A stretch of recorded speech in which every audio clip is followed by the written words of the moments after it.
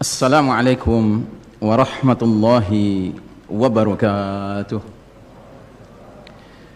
Alhamdulillahi rabbil alamin, wassalatu wassalamu ala ashrafil anbiya'i wal mursalin, sayyidina Muhammadin wa ala alihi wa ashabihi ajma'in.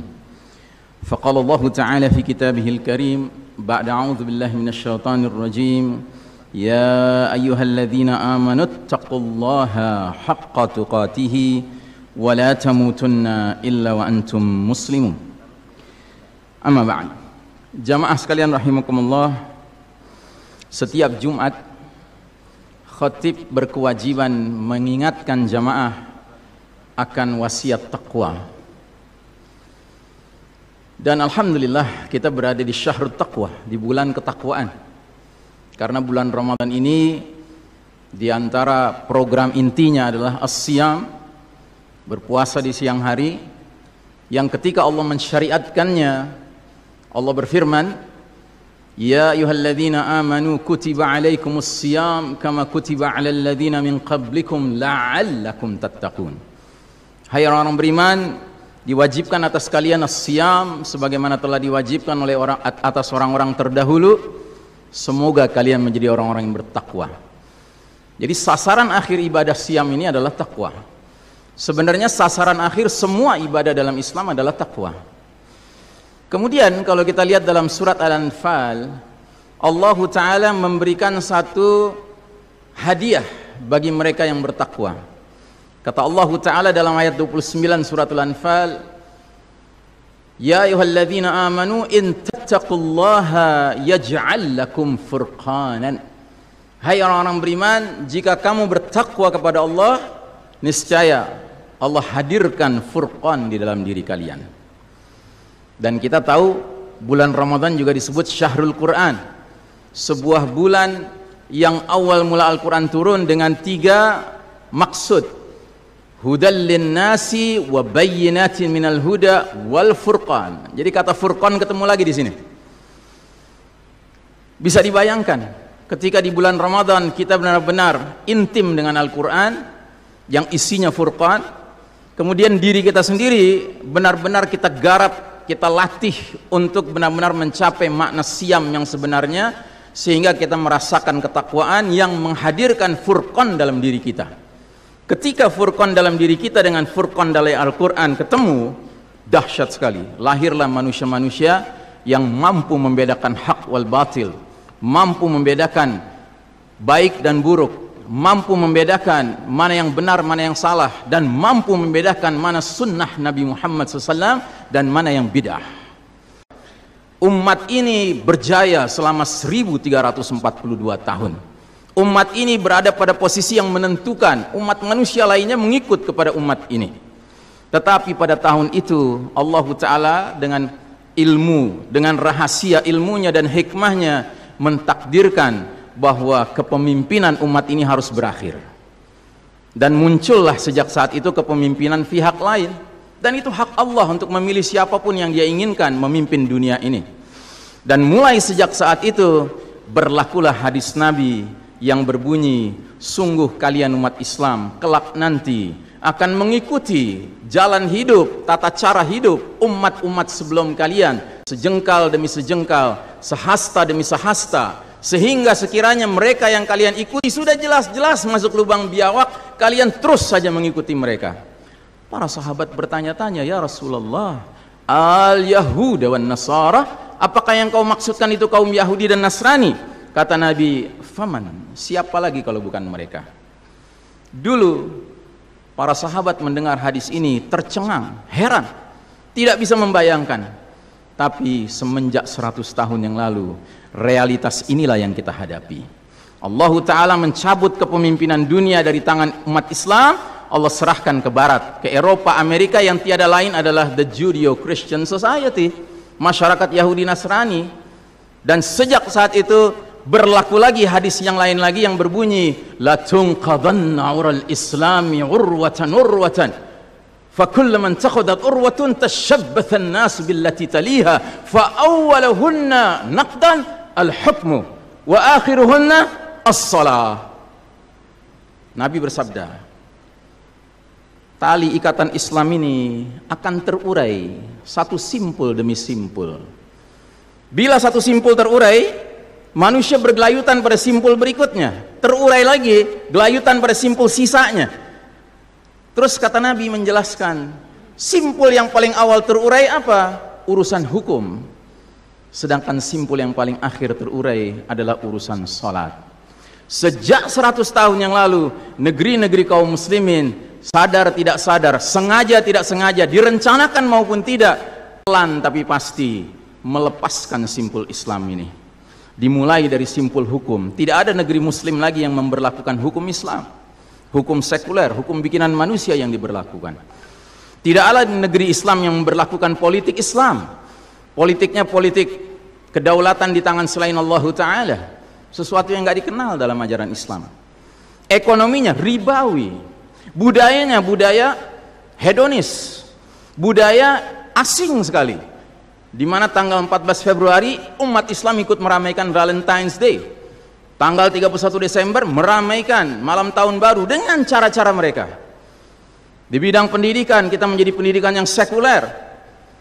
Di bidang medis ya sudah tidak ada lagi semangat tibun nabawi, pengobatan dengan cara Nabi, tapi bangga sekali ngekor kepada medis barat. Dulu para tabib kalau berhasil menyembuhkan pasien, dia akan mengingatkan pasiennya, alhamdulillah Allah telah menyembuhkanmu. Ya, dia tidak mengatakan aku yang menyembuhkan kamu, tidak. Tapi dokter sekarang berani mengatakan, Pak maaf, hasil diagnosa jantung Bapak menunjukkan umur Bapak tinggal 3 bulan. Playing God, bermain seolah-olah Tuhan dia. Makanya sekarang banyak dokter yang ucapannya kayak sabda Nabi bagi sebagian besar orang. Na'udzubillah min dzalik. Di bidang militer, nggak ada lagi negeri kaum muslimin yang militernya ruhnya ruhul jihad. Bahkan jihad itu alergi di kalangan militer. Militer yang paling alergi dengan jihad. Ini semua sudah terjadi, saudaraku rahimakumullah. Cuman yang paling memprihatinkan, rupanya Anda dan saya harus sampai menyaksikan simpul terakhir terurai, yaitu simpul salat. Dalam sejarah, sekalipun taun, wabah yang terjadi dahulu kala di dunia Islam begitu dahsyat. Anda tahu taun dulu kalau terjadi orang baru kena paginya ketularan bintil-bintil, sorenya meninggal, Pak. Kalau sekarang orang di swab positif, sekian belas hari dia isolasi mandiri, kemungkinannya 2. Kemungkinan sembuh, kemungkinan mati. Persentasenya berapa? Sembuh 80%, Pak. Mati 3%. Kecil sekali. Bukan berarti kita menganggap ringan nyawa orang, tidak. Cuman saya ingin menggambarkan betapa taun dahulu lebih dahsyat daripada yang so-called pandemi yang lebih cocok disebut plandemi ini. Direncanakan ini, Pak. Yang karenanya kalau kita lihat sejarah, sekalipun dahsyat taunnya dahulu kala, nggak ada cerita Pak sholat berjamaah berubah tata cara pelaksanaannya, nggak ada. Kenapa kita harus berubah? Dan saudaraku rahimakumullah, kami cuma mengingatkan beberapa pesan dari Nabi SAW tentang sholat ini. Yang pertama, Nabi mengatakan sallu kama ra'aitumuni usolli, sholatlah kalian sebagaimana kalian melihat aku sholat. Ini sudah kata mati, Pak. Ini kunci, Pak. Kunci ini. Makanya para ulama fikih memutuskan al-aslu fil ibadatu al-hadhar, ya. Hukum asalnya ibadah ritual seremonial termasuk sholat adalah haram, Pak. Nggak boleh dikerjakan sembarangan, nggak boleh. Apalagi setelah dia ada aturannya, terus kita berkreativitas menyangka itu lebih baik untuk keselamatan dunia kita, sementara kita tidak peduli dengan keselamatan akhirat kita. Nabi Muhammad SAW menyatakan, hari berbangkit nanti aku akan menunggu umatku di depan telagaku. Aku akan bisa membedakan siapa umatku, siapa yang bukan. Umatku adalah mereka yang wajahnya, tangannya, kakinya bercahaya bekas wudhu. Tapi ketahuilah, ada sejumlah orang wajahnya bercahaya, tangannya bercahaya, kakinya bercahaya. Aku panggil-panggil mereka, halumma, halumma, tapi dihalau sama malaikat. Tidak boleh mendekat. Aku panggil lagi, halumma, halumma, tapi dihalau sama malaikat. Akhirnya malaikat menjelaskan, ya Muhammad, mereka telah merubah ajaranmu setelah engkau wafat.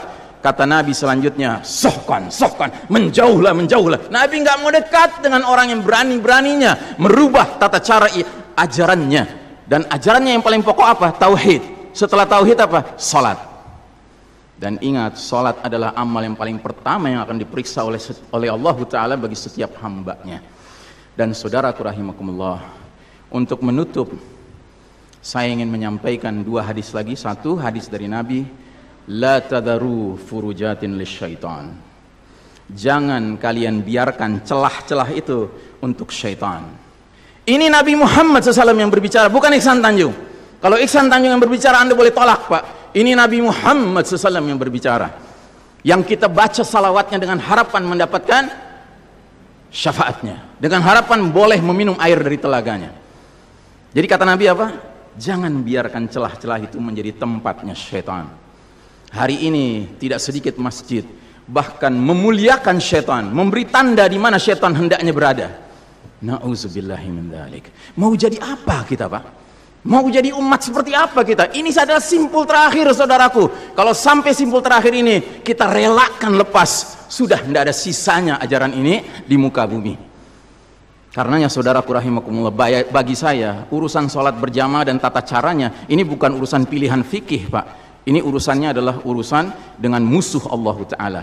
Nabi Muhammad SAW ini terakhir, hadis yang terakhir, kata Nabi SAW, innal yahuda qad sami'u dinahum, sesungguhnya Yahudi sudah bosan dengan agama mereka, wa innahum qaumun hasadun, dan mereka adalah kaum yang sangat hasad kepada kita umat Islam, terutama dalam 3 perkara. Satu, raddis salam, kebiasaan kita umat Islam kalau ketemu saling ngucapin assalamualaikum, dibalas waalaikumsalam. Itu Yahudi nggak senang, Pak.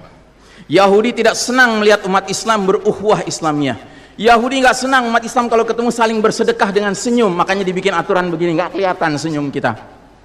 Yahudi nggak senang kita ketemu, kata Nabi, jabat tangan, rontok dosa-dosa.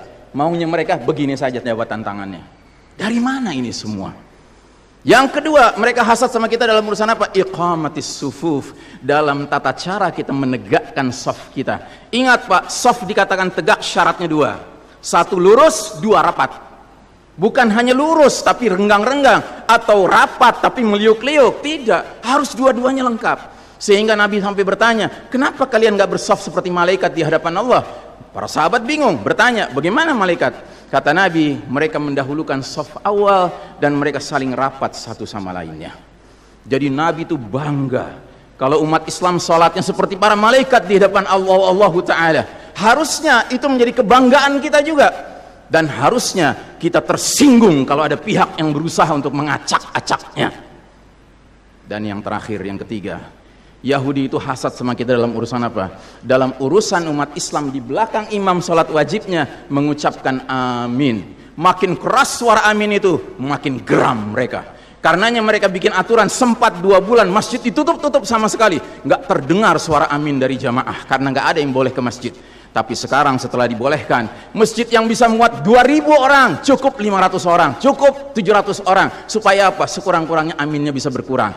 Maka sekarang pertanyaan besarnya adalah, untuk siapa kita sholat? Liman nusalli? Lillahi aw lihaula? Atau untuk mereka? Inna salati wa nusuki wa mahyaya wa mamati lillahi rabbil alamin. Mudah-mudahan apa yang saya sampaikan tidak membuat bapak dan ibu makan nggak kenyang, tidur nggak nyenyak, tetapi semakin sadar betapa kita sedang hidup di era penuh fitnah di akhir zaman, dan musuh-musuh Allah sedemikian sistematis, sedemikian terencananya membuat kita sadar tidak sadar meninggalkan din kita. Yang paling mengerikan kalau sampai sudah nggak ada perasaan lagi risau dengan ini semua. Karena apa? Nabi bersabda, siapa lihat kemungkaran ubah dengan tangan, nggak bisa dengan lisan, nggak bisa dalam hati. Dalam hati itu maknanya apa? Ingkari itu sebagai kebenaran, itu mungkar. Dan itu kata Nabi selemah-lemahnya iman. Sehingga di hadis yang lain kata Nabi, kalau mengingkari saja sudah nggak ada iman sama sekali. Nah, yang kita khawatir kalau kita ternyata ridho saja dengan aturan sholat WHO ini, Pak. Padahal harusnya kita sholat dengan cara Nabi Muhammad SAW, bukan caranya Tedros atau Bill Gates, tetapi lebih sedikit ya. Tetapi kepada jamaah, inilah nasihat dari hati yang paling dalam kepada saudara-saudara yang saya cintai karena Allah, yang kita sama-sama bersalawat, kita sama-sama mengharapkan air dari telaga Nabi. Tapi boleh jadi nggak semua kita ngerti apa yang harus kita lakukan agar air telaga itu dapat jaminan kita boleh meminumnya.